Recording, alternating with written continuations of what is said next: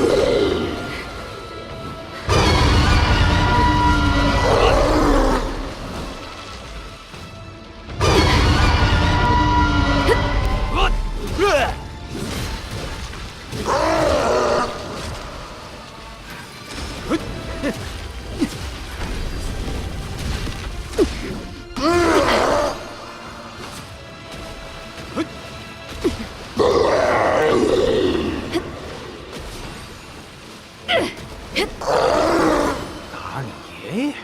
恼怒者死！哼，不过要死。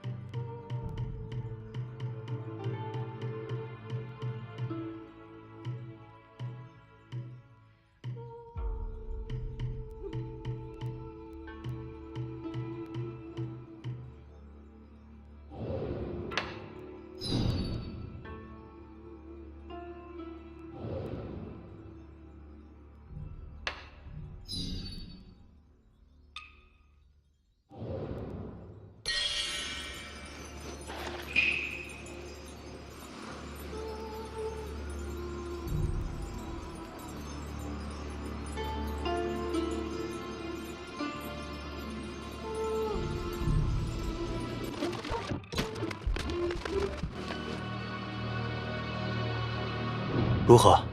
有什么新的发现吗？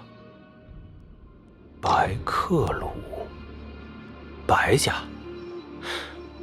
难道那吃人妖物是你的弟弟？果然，他也是被人附生的。为何失败还成了妖物？恐怕是附生时奇物还不完整的缘故。看来，想要救活白玉，且不变为妖物的话，必须得凑齐4块才行。至于剩下的，我也有点眉目了，我会继续调查下去的。务长，这次不同以往，切记要小心行事，更不要轻信他人之言。记住，凡事稳妥为上。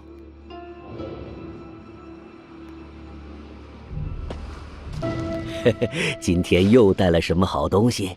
拿来给老夫长长眼吧。哎呀，这可是上好的象牙刻章啊！我们佛园这一带有个不成文的规矩，家中若有小儿出生，父母都会为其打造一枚信物，用于辟邪消灾。这东西我还记得，是那白镇抚使托镇上的匠人为他儿子定做的。听说那小儿生来就体弱多病，白镇抚使四处求医问道，也用处不大。后来从老道长那得知，那小儿还是夭折了，这象牙刻章也就成了秽物。老夫嘛倒不忌讳，能赚点碎银已是不易了哟。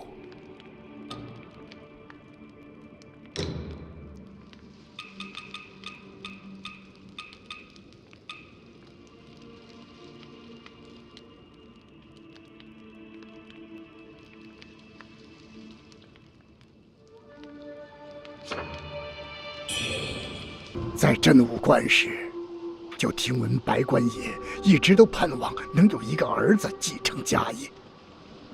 好不容易得了一子，却不幸早夭。关内曾丢失过一件重要法器，现在看来，或许是与白官爷有关。难怪自那年以后，真武关每年都会派遣大量弟子外出除妖。原来是为了找到那件丢失的法器。要真是如此，我倒想见识一下这法器到底有何不同。